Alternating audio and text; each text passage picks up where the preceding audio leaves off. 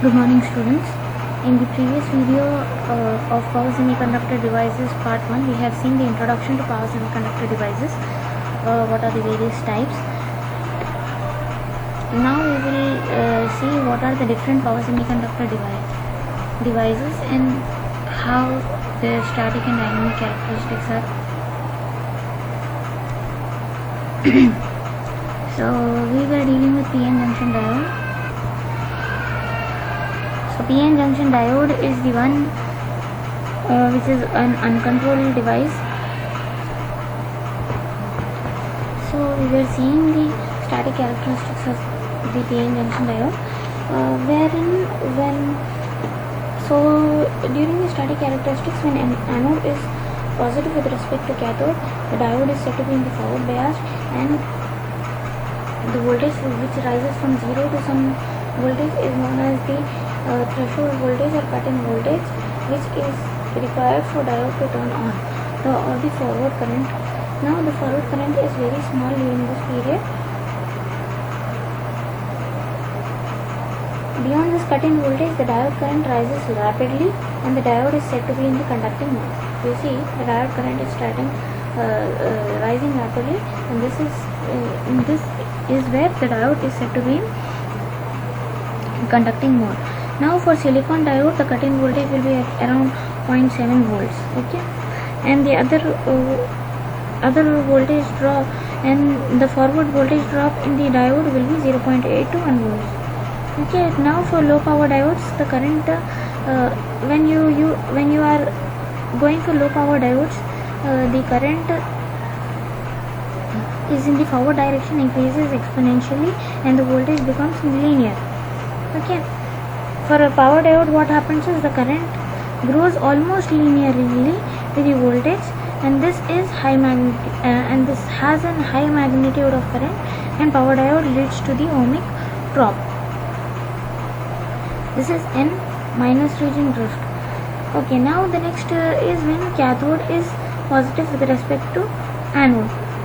Here this is in the reverse bias, and where the reverse bias condition, a small reverse current or the leakage current will be occurring. In the reverse direction, the small leakage current will be occurring in the diode, and which will be of milliamps, and this is known as leakage current. Okay, the leakage current is almost independent of the magnitude of reverse voltage, so it does not depend on the voltage of the diode in reverse bias, and this voltage is known as breakdown voltage or VRRM. Okay, at this reverse breakdown voltage remains almost constant, but reverse current becomes quite high. This high current is nothing but it is associated to high reverse current and leads to excessive power loss, and there is high reverse current occurring in the circuit. Okay, this is known as peak reverse repetitive voltage VRRM. So this is what is the the static characteristics of the diode.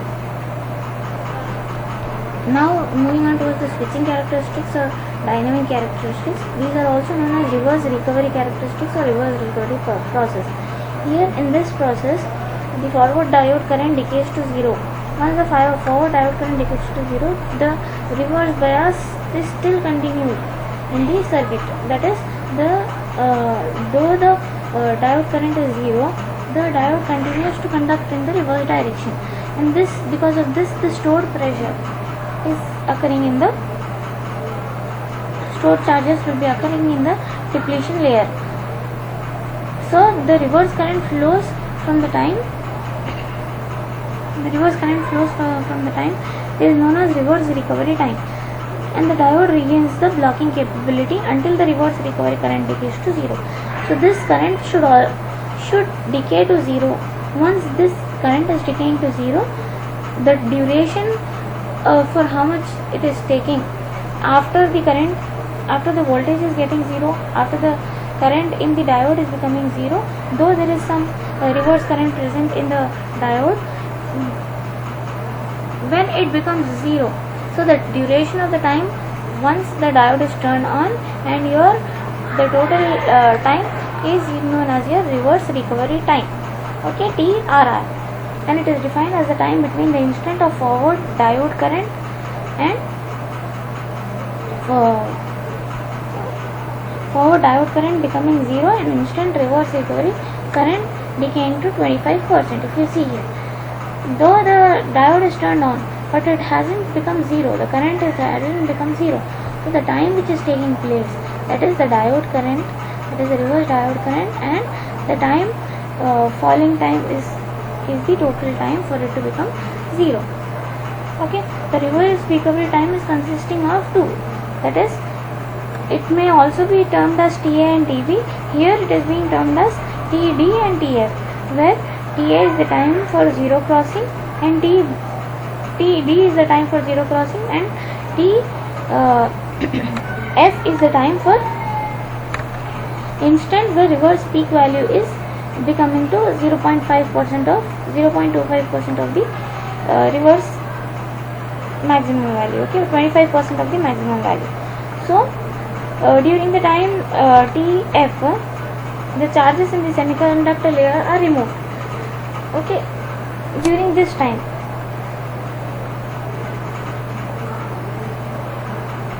so the stored charges are known as reverse recovery charges or QR, which must be removed during reverse recovery time.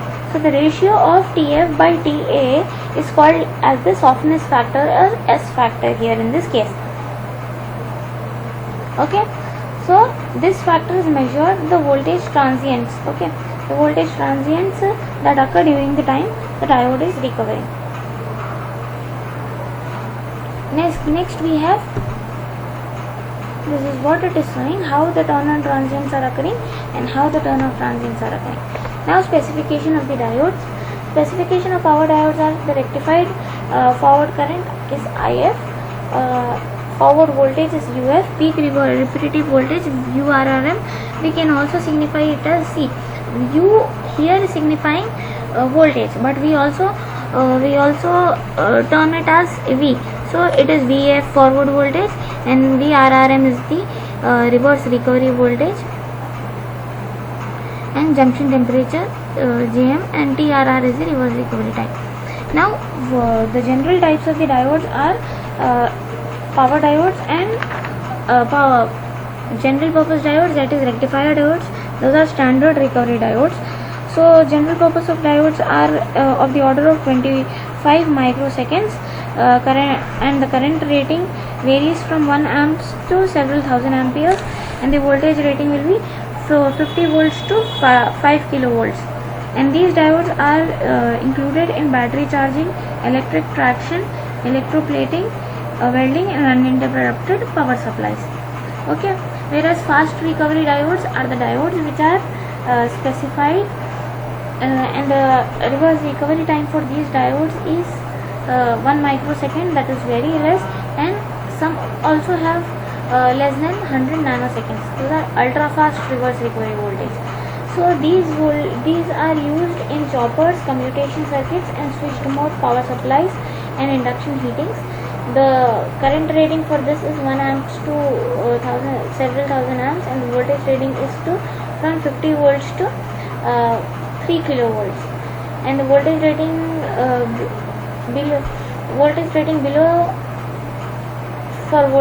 below 400 volts, these diodes are fast recovery time, that is 50 nanoseconds. And for voltage rating above 400 above 400 volts,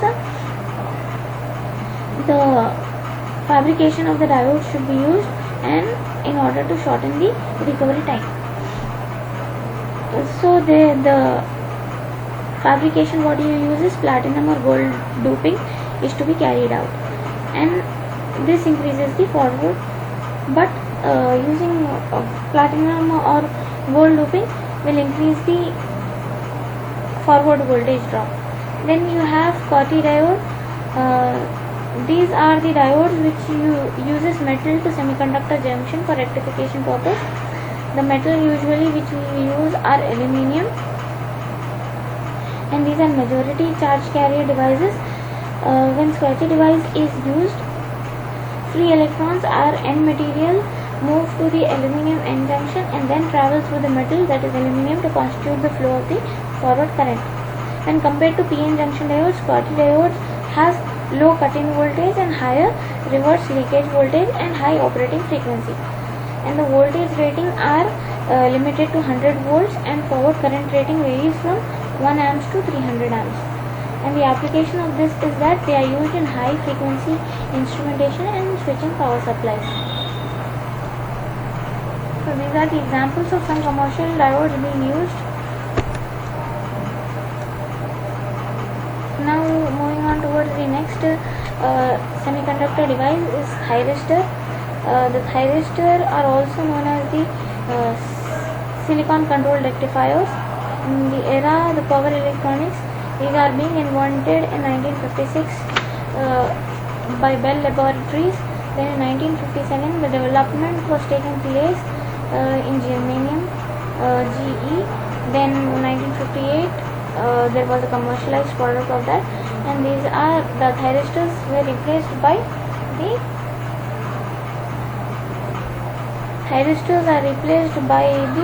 vacuum devices. So the vacuum devices were replaced by, so thyristors were replaced in place of vacuum devices. Thyristors were used, and till now, till date, the thyristor has the highest power handling capacity and still used. So this is how the thyristor looks in appearance. It might have a cathode gate. Here is the symbol of a thyristor, and this is the structure of a thyristor, which is two transistors connected, PNP and NPN transistor connected together, and this is the structure of thyristor. Now for the equivalent circuit, to check the operation of the thyristor, we are using an equivalent circuit where the one NPN and one PNP transistor are connected together.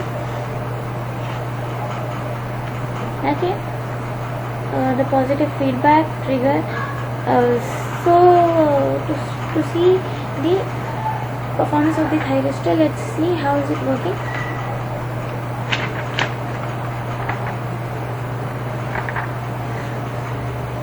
Now actually a thyristor is a 4-layer 3-junction diode with PN.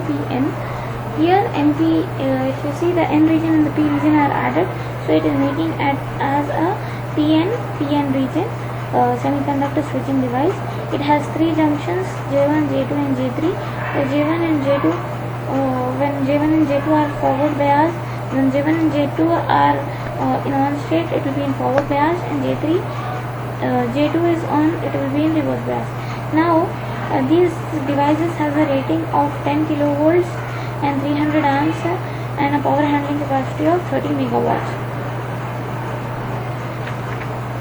Now to see the VI characteristics of this, you connect these circuits into you connect a circuit by connecting two equivalent transistors. Okay. Here are the static characteristics of thyristor. So here the static characteristics of thyristor consist of three modes, that is the reverse blocking mode, forward blocking mode and forward conduction mode. In reverse, if you see here, this is reverse blocking mode, forward blocking mode and forward conduction mode. Now let's see what is happening in each case. First we will see in reverse blocking mode. In reverse blocking mode, what is happening is cathode is made positive with respect to the anode and the switch S is open. This thyristor is making it reverse bias, and junction J1 and J3 are in reverse bias and junction J2 is in forward bias. So when junction J1 and J3 are in reverse bias and J2 is in forward bias, the switch is set to be in reverse bias and it is in reverse blocking mode. So the device behaves as if the two diodes are connected in series and is in reverse voltage applied across them. Okay, so this is how it will be working in reverse blocking mode. And also what happens is, in reverse blocking mode, the reverse breakdown level is also the reverse breakdown voltage. This voltage is also called as the reverse breakdown voltage and the avalanche occur at J1 and J3, and the reverse current is okay. A large current is being associated, which is known as reverse breakdown voltage, which is denoted as VBR. You see here, this is reverse recovery voltage, this is reverse breakdown voltage.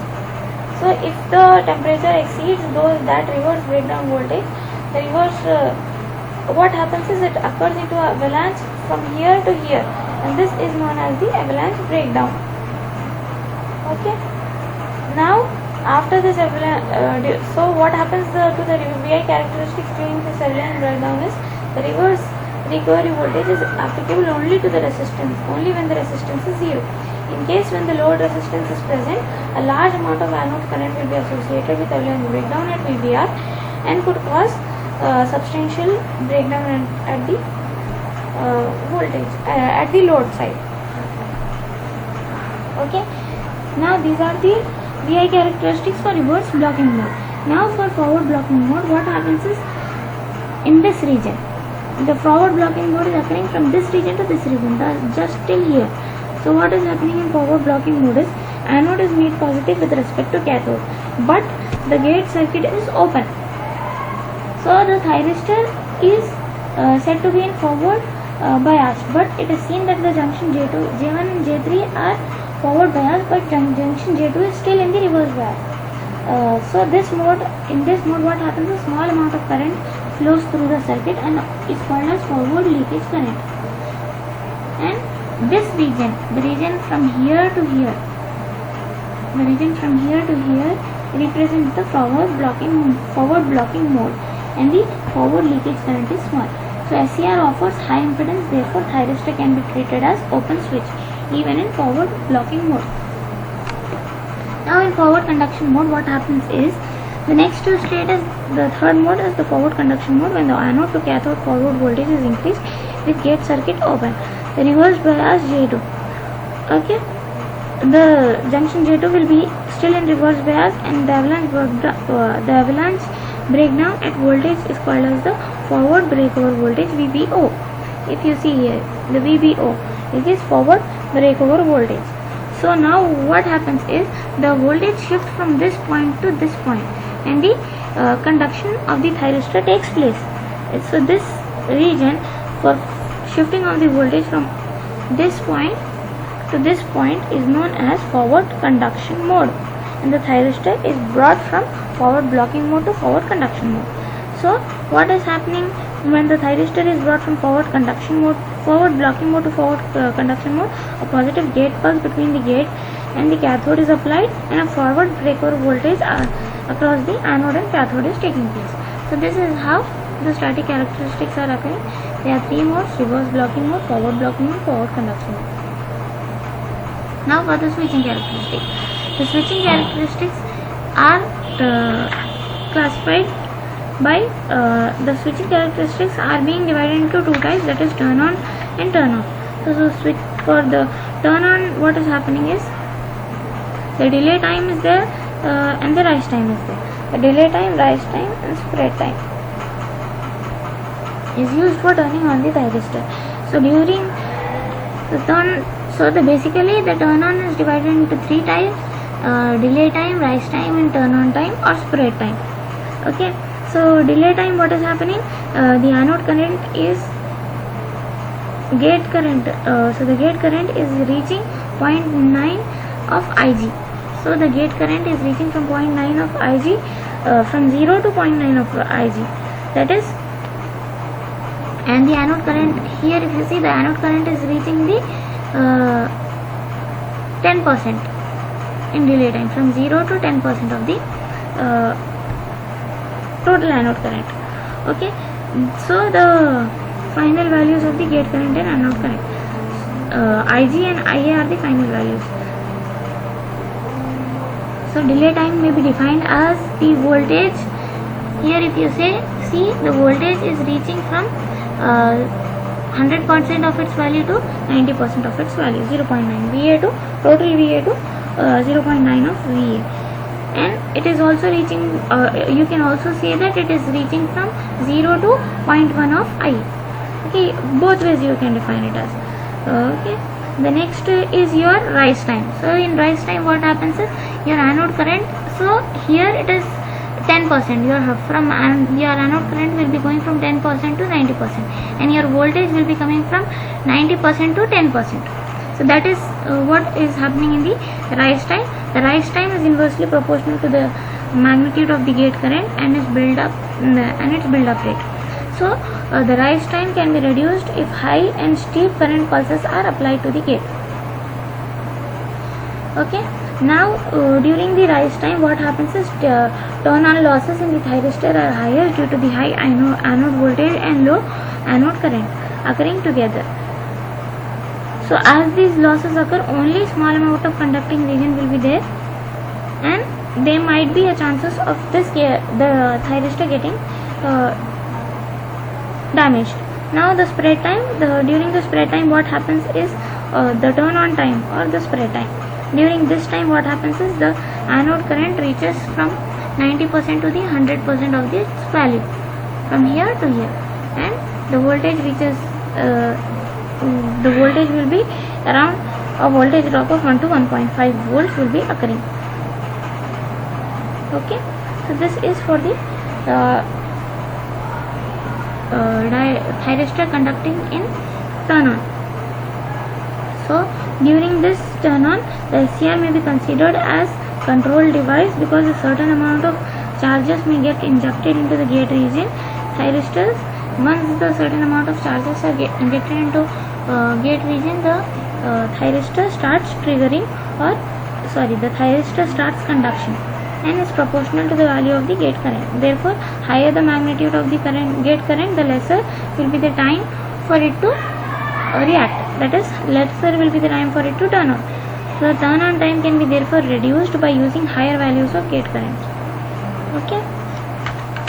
Next we have the switching characteristics or the turn off characteristics. If you see here, these are the turn off characteristics.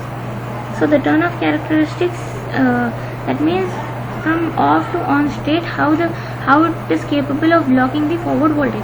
Anyhow, we don't have any turn off mechanism for that, but how the transition is taking place from the turn off of the forward voltage and how it is getting turned off, or the commutation process or the turn off process, we are going to see in the turn off characteristics. So the turn off characteristics is basically consist of reverse recovery time, forward recovery time, and turn off time TQ. Okay.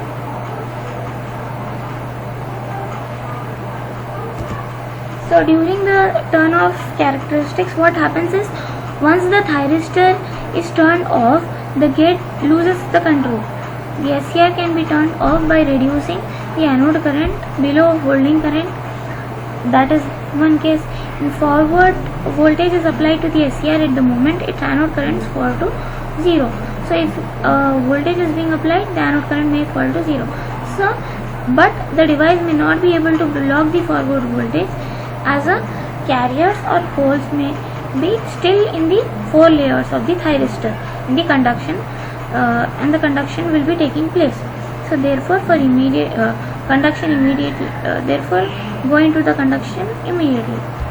So even though the gate signal is not applied, in order to obviate such an occurrence, thyristor is reverse biased for finite period of time. The anode current has to reach 0. So the thyristor will be conducting even though the gate current is 0. The time for it to reach 0 will be taking some time. So the turn off time TQ, so it may be considered consisting of the turn off time TQ, the reverse recovery time, and circuit turn off time.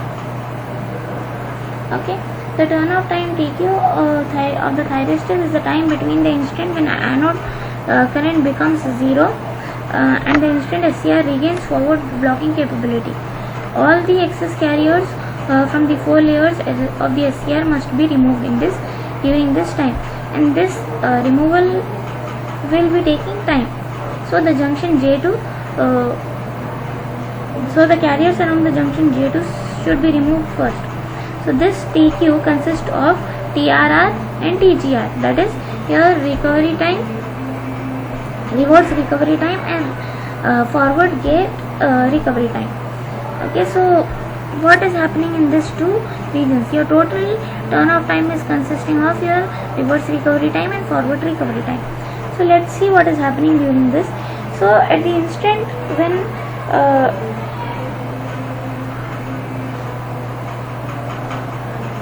current is becoming zero, the anode current is becoming zero. The reverse, in the reverse direction, same di by dt slope will be taking place. If you see here, the di by dt slope is taking place. The anode current is becoming zero. The slope is occurring.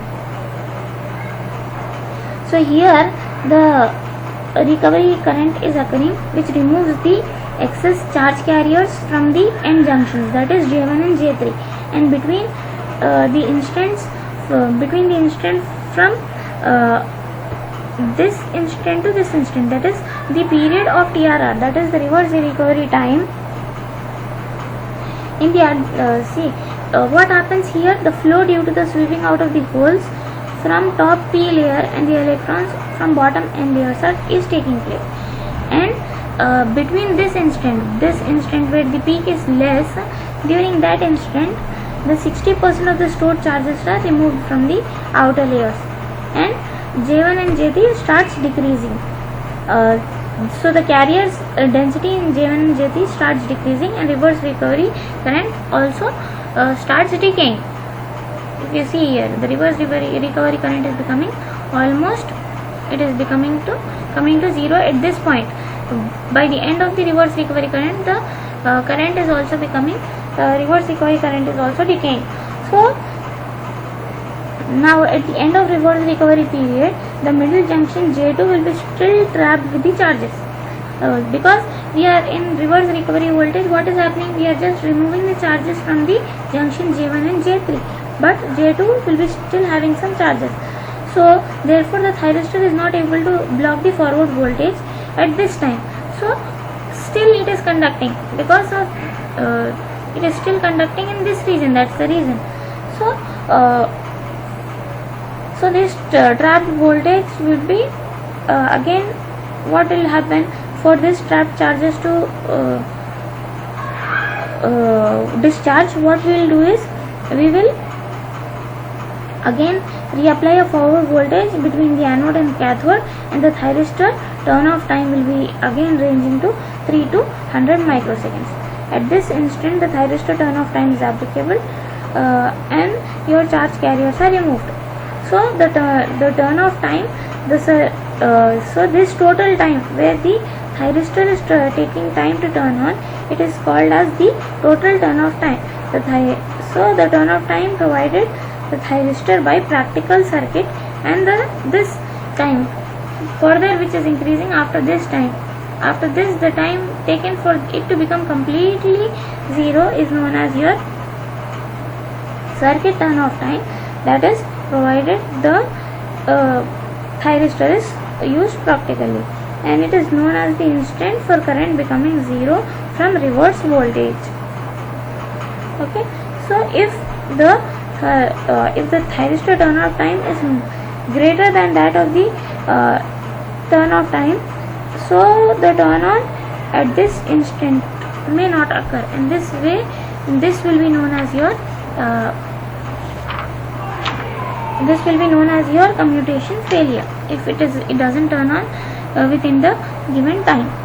Okay, so these were the characteristics of switching characteristics of thyristor, the turn on transients and the turn off transient. So these are the different types of thyristors being used, that is fast switching thyristors, triodes, AC switching thyristors, bidirectional triode thyristors, reverse conducting thyristors, and light triggered thyristors, which will be only activated when light is triggered on it. So now moving on towards the switches, what we are seeing is MOSFET. So MOSFET is the one which we are seeing. So how is the MOSFET being used? So the MOSFET is being classified as power MOSFET, and which will be N channel and P channel. and junction. So these field effect transistor and metal oxide on-site semiconductor are being coupled, and they are made a new switch which is known as metal oxide semiconductor field effect transistor or a power MOSFET. So the structure of power MOSFET is like that, that is, it's a hexagonal cell, and this is the structure of power MOSFET. If you are being asked to draw the structure of the MOSFET, you are supposed to draw this, and here it is the operation of MOSFET. So BN junction is slightly reverse bias. So here in this MOSFET is operating where you will have three terminals, that is your drain, source and gate, and these three terminals are similar to collector, emitter and gate. Okay, when you are using a BJT or some other switching device where you have collector, emitter and base, similarly you have a drain, source and gate over here. Here the arrows indicate the direction of the electron flow, how are the electrons being flowing from one channel to the other channel is being shown here. It is a voltage control device, and its operation depends on the flow of the majority charge carriers. Okay, so the majority charge carriers here are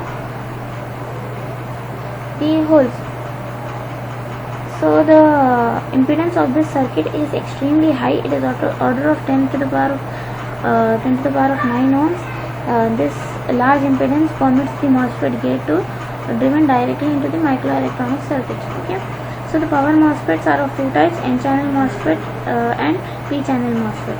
The two types of these N-channel MOSFET is, between these two, N-channel MOSFET is commonly used because of the high mobility of electrons here.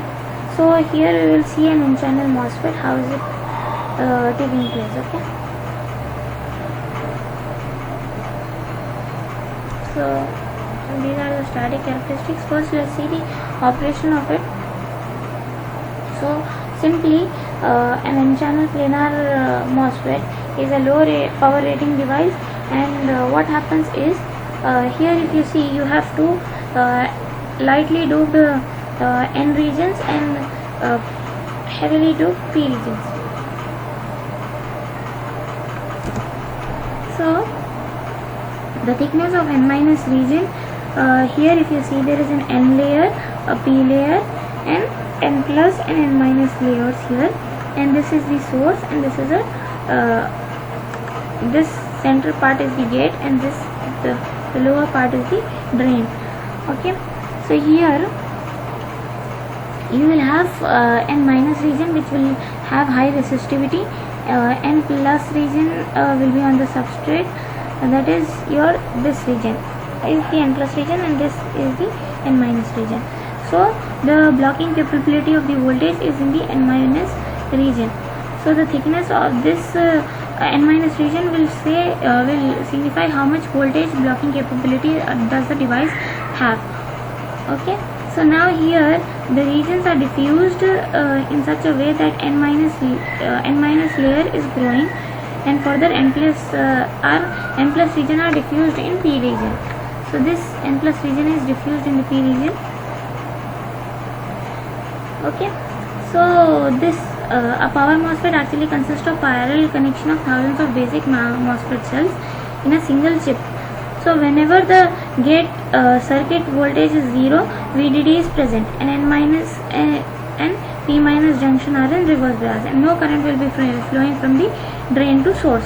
And when the gate terminal is made positive with respect to the source, the electric field is established at C. So whenever the gate is not turned on, the source and the current will be flowing, no current will be flowing from drain to source. And once the gate terminal is made positive, the flow of the current will be established between the P minus region and N plus region, and there will be a flow of current in this region from here to the drain. So the current from drain to source is established and is indicated by the arrows here.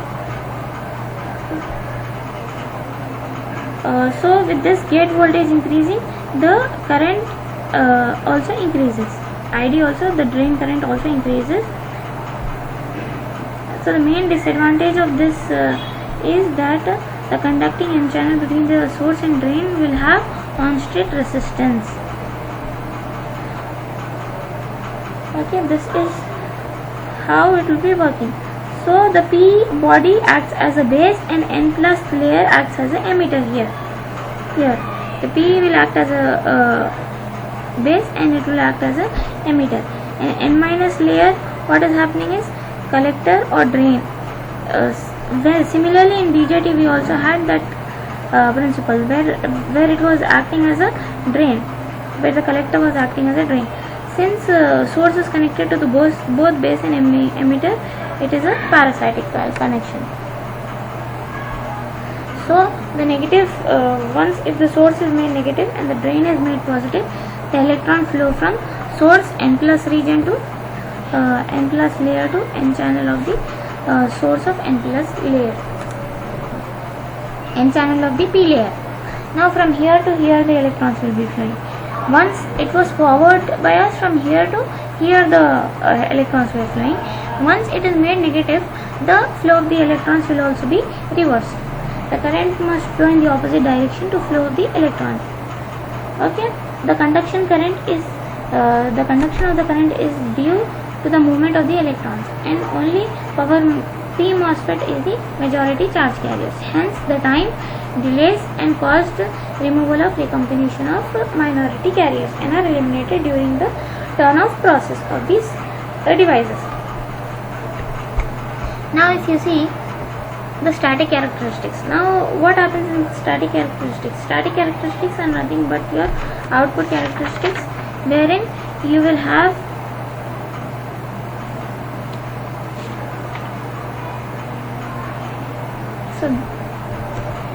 the diagram for static characteristics is this here. This arrow indicates the static characteristics, okay, where it is depending on the VGS. What is depending on the VGS? How? The static characteristic signifies that as the drain current, the variation of the drain current is varying, taking place, the gate to source voltage is also proportional to that. Okay, linearly it is varying. So here if you see the transfer characteristics of it, the dotted line signifies the transfer characteristics or the static characteristics, and the other graph is signifying the the switching characteristics. So the threshold voltage, after the threshold voltage, this is the threshold voltage. After this voltage, the GST, that is VGST is your threshold voltage, VGS is your gate to source voltage. The voltage between the gate and the source induced with the increase in the variation of the drain current. The variation of the drain current is the function of drain to source voltage. With this, the gate to source voltage is also changing. Now, if we see the static characteristics or the switching characteristics of this, so these are the static characteristics for different values of VGS, gate to source voltage. Okay. So what is happening here is in the power MOSFET, the output characteristics, the variation of the drain current, with the variation of the drain current as a function of drain to source voltage. So this as a function of drain to source voltage with different values of VGS, the different values of VDS is being obtained. That's what it is trying to explain you from that. Then the different the change in the VGS, see VGS1, VGS2, VGS3, the VDS is being varying, it is increasing. Now this region is known as the ohmic region, where the voltage is linear, the voltage is varying, and the linear region is called as the active region. Okay, this is your ohmic region. This is your active region. This is your saturation region where it will become constant. Okay. Now moving on towards the switching characteristics. For checking the switching characteristics, what you are doing is you are seeing how the switch is turning on and off. Okay. The turn on is divided into turn on delay time and rise time, whereas the turn off is divided into turn off delay time and fall time. So the switching characteristics of turn on is the turn on delay time, where here what happens is, here if you see the turn on delay time, the switching the initial delay current during which the input capacitance charges to the gate threshold voltage is turn on delay time. So if you see, it is reaching the threshold voltage. The voltage from here is starting and reaching the threshold voltage, and this is known as your turn on time. Okay. And the rise time is the one, the further delay TR. So the rise time is the one which rises the voltage from gate from this threshold voltage to a maximum value of the voltage. So the total rise time or the total turn on time is TDN plus TR. It will give you your total turn on time. And this turn on time can be reduced by using low impedance gate driver circuit. Okay. Now your turn off time. Your turn off time is the time where after the switch is being turned off, how much time it is getting for it to reach to a zero value. So the turn off time process initiated after the removal of gate voltage. Okay, after the removal of gate voltage. Here the gate voltage is removed. After this point your turn off time is starting. So the turn off time is turn off delay time plus fall time. Okay, the delay time is nothing but time during which the input capacitance discharges. So here is the time from here to here, the time taking place from here to here, this point if you see here. So that is your turn off delay time. The input capacitance is being discharged over a drive, and the fall time is the time during which the input capacitance discharges from VGSP to, that is your peak value, to the threshold value. So during this the drain current also falls from ID to 0. From ID it becomes 0. This is your turn off time, and it will completely turn off the thyristors. So these are the specifications of MOSFET. What you are using, like you are using drain to source to drain voltage, drain current, peak value of the current, on state resistance, capacitance, like what are the capacitances, internal terminal capacitances of this resistance. And these are the examples of some of the commercial power MOSFETs being used. And the applications of power MOSFETs are here, that these are the voltage driven circuit and simple driver circuit will have majority charge carrier device and fast switching device, and its operating frequency could be of hundreds. And the on-state resistance is rapidly with the rated blocking voltage. So this is what it is for the power MOSFET. Now moving on towards IGBT. IGBT is the insulated gate bipolar transistor. See, this is what we have already discussed before. It's like a revision for you. So IGBT is being developed by combining BJT and power MOSFET, and thus it will have high input impedance like power MOSFET and low on-state power loss like BJT. Okay, so it has an applications of 500 to 1700 volts at power levels and several kilowatts to several megawatts. The basic structure of the IGBT is being shown here, where it will have P substrate region, the lower region, and N minus layer, then N plus layer. Okay, then you will have P regions also. So equivalent circuit of this is this, and the circuit symbol is this. So moving on towards the static and the static characteristics of this. The static characteristics of IGBT are that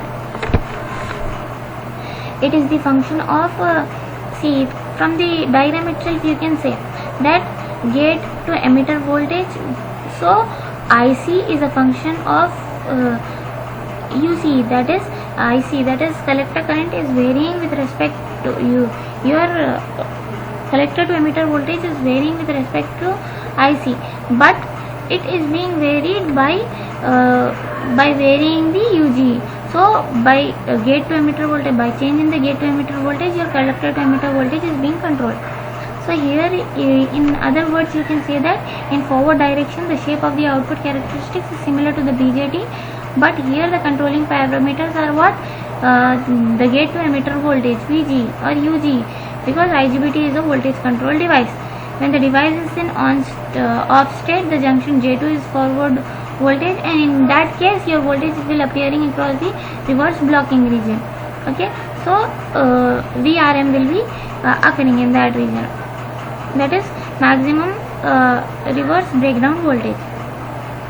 So the transfer characteristics can be plotted by plotting IC versus gate to emitter voltage. Yes, collector to emitter voltage and gate to emitter voltage, where VC is being varied. Okay. Now moving on towards the switching characteristics. Switching characteristics of IGBT consist of see, here it is showing the turn on is similar to that of the power MOSFET, and the turn off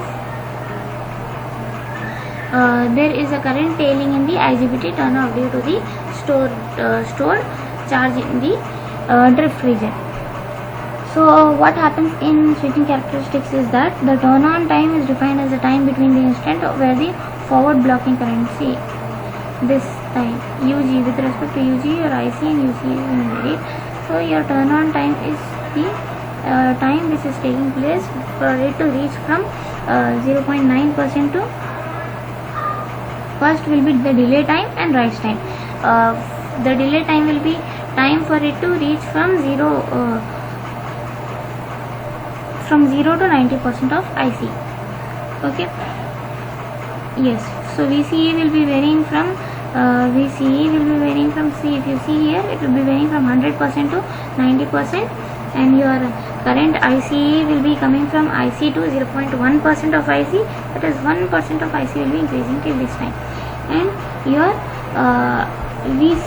VGE will be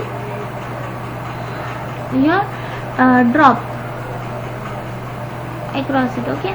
Then when you comes to the rise time, your total current will be falling from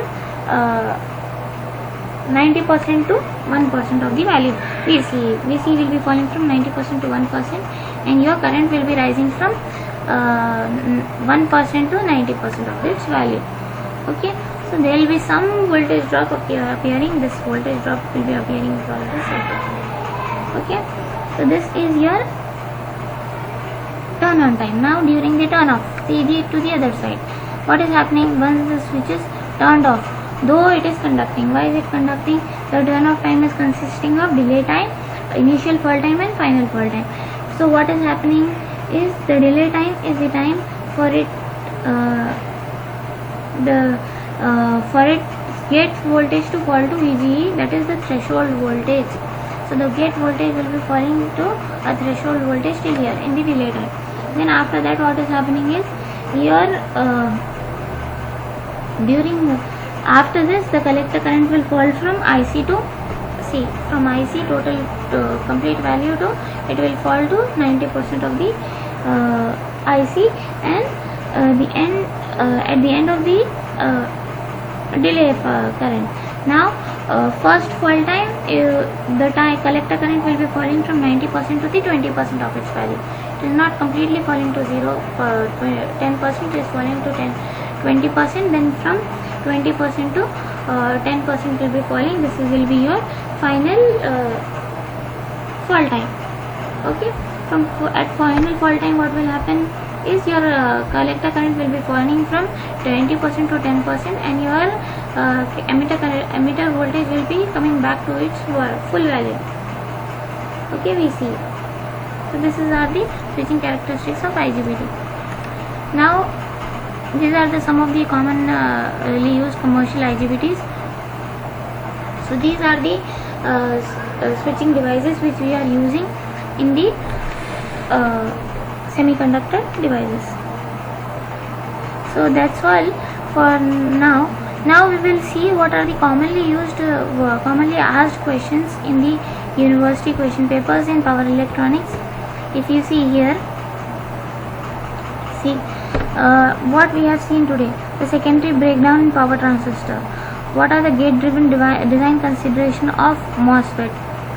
So the gate-driven designs of the MOSFET. So this will ask you the gate drive design for the consideration of MOSFET. That means how if you drive the MOSFET, how will it behave? So if you see here, here is the MOSFET. So gate driven circuit, for that you have to draw. So it is getting driven by the gate. Here the gate pulses is given and it is turning on. So whenever it asks you for gate driver circuit, you have to draw this circuit diagram and explain it, what is happening. Okay. Now next you have another question for first unit. We will see here working. Explain the working with neat structure, N channel, power MOSFET, and plot the output characteristics. That's what you have to do now. Now what you have to do is, for this is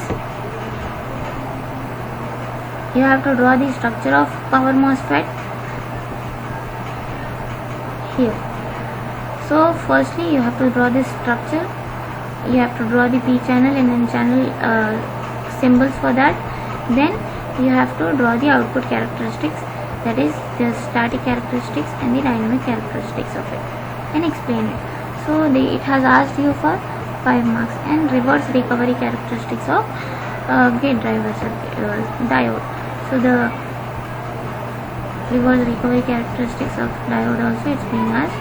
So you have to draw the reverse recovery characteristics of diode, what we have seen.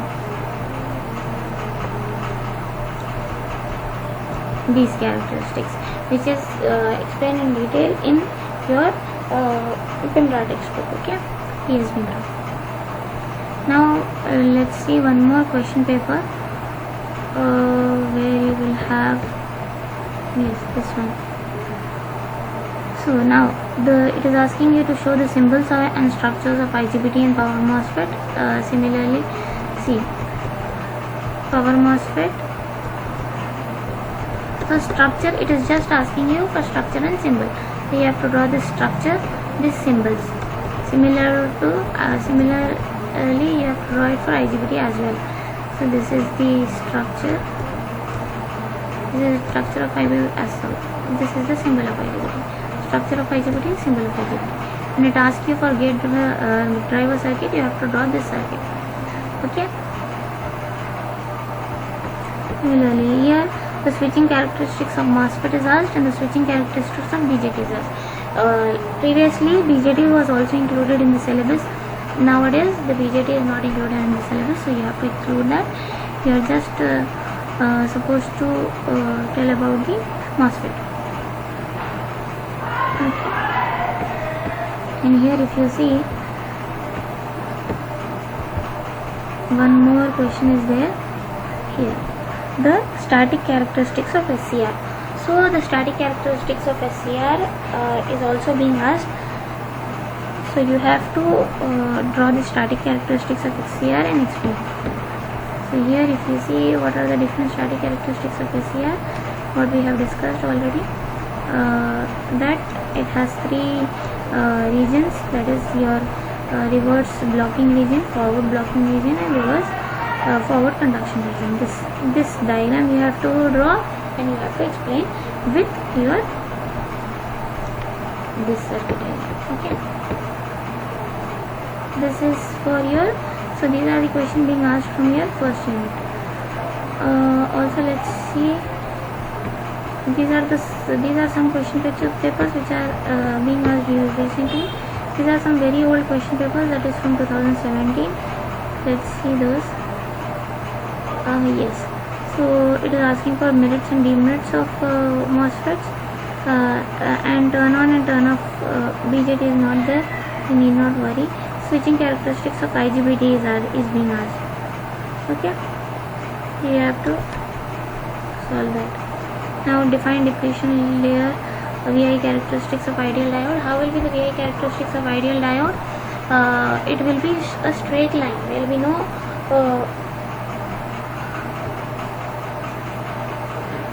breakdown voltage occurring in it. Okay. Application of fast recovering diodes. Where are the fast recovering diodes being used? They are being used for choppers, commutation circuits, and switch mode power supplies. Similarly, here you have relation. This will not be asked for you. Again, BJT is there. See, structure and symbol of BJT and MOSFET. Compare BJT and MOSFET. Steady state characteristics of IGBT. P channel MOSFET working you have to explain. Okay, that's it. So these are the questions being asked from the first unit. That's it for the first unit revision class. Thank you very much. All the best. Do well for your exams.